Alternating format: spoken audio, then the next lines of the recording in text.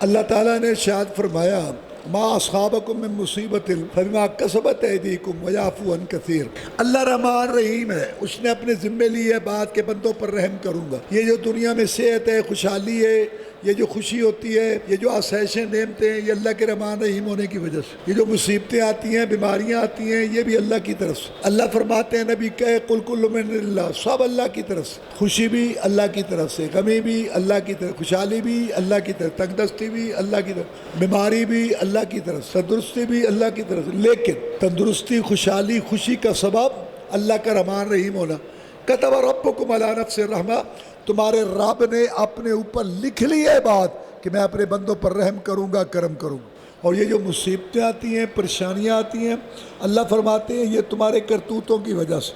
ما اصحابکم من مصیبت فبما کسبت ایدیکم ویعفو عن کثیر۔ یہ تمہیں مصیبتیں آتی ہیں، یہ تمہارے کرتوتوں کی وجہ سے، غلطی بہت ساری تو اللہ معاف کر دیتا ہے۔